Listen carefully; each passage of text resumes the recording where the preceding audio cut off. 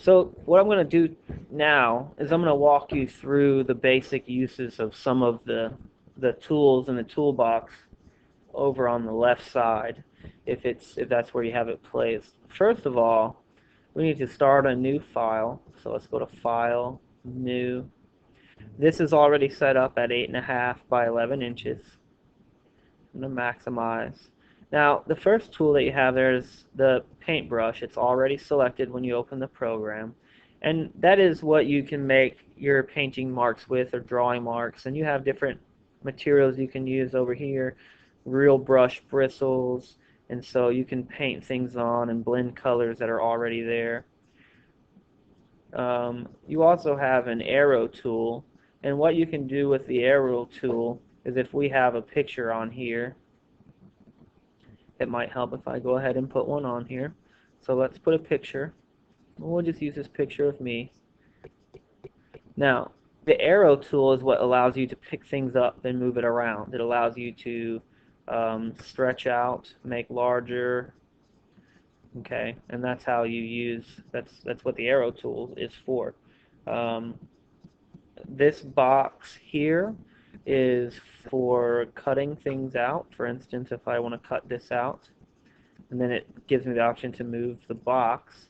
Now, that can allow me to cut things out if I go to File, Layer via Cut, and you've seen me do this before.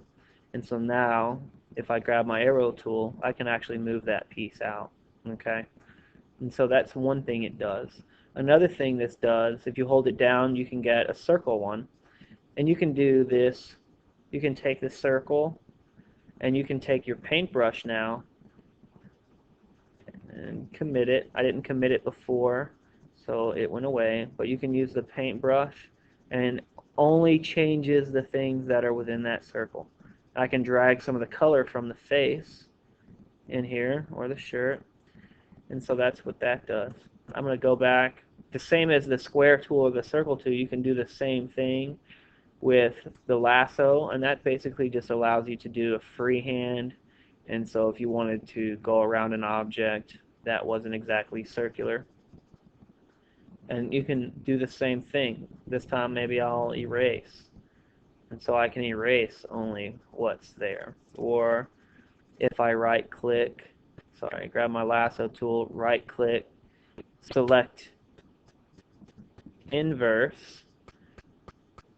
So let's do that again. Right click, select inverse, and now what happens is it selects everything except what I just went over. So if I use my brush again this time, it can paint everything except what I have selected. I can also grab the lasso again, right click, layer via copy or cut like I did earlier, grab my arrow tool, and now I've copied everything. Okay.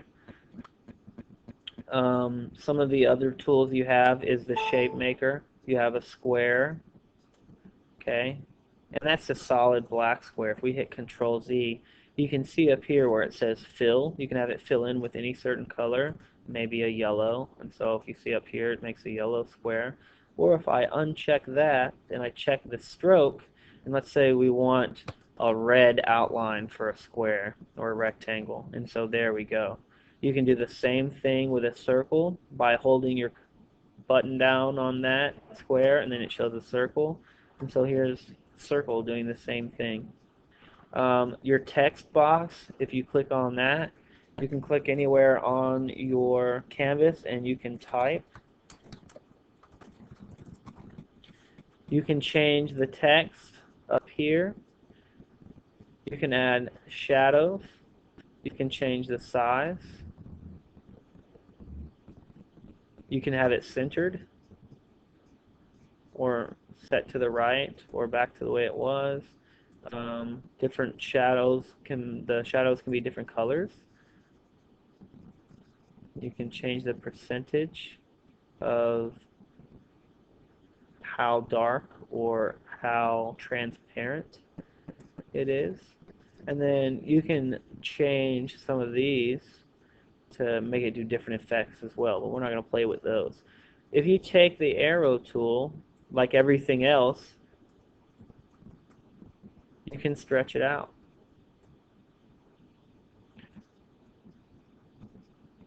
What has happened here is it's got me off task a little bit. There we go. So now I had to select the right layer for it.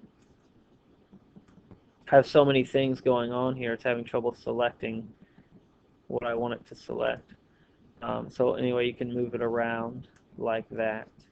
Also, you have the eraser tool, so you can erase out different things. Right now, I'm on the text layer. If I want to erase some of this oval that I made up here, I commit that layer, and now I can erase part of it. I can go to the rectangle, commit the layer, erase part of the rectangle. If I want it to look like it ends right there, okay. The yellow rectangle up here, I can commit it, erase through that rectangle. You know, these are just different things that you can do with the eraser. You can erase through anything and go back to the original canvas. Paint fill bucket. The paint fill bucket, you can fill in color, just like a normal paint fill bucket with other programs. Corel Painter 11 also has where you can change gradients. There's some preset gradients that it has, and in which case you get different effects. Here's another one of the red streaks some kids like. There are source images. I don't use that a whole lot. I haven't explored it, but that's something I'll talk about later. Weaves, you can change. These are different weave patterns, and so we have that. And these are a lot of the tools that I use for different things. We'll talk more about other tools later.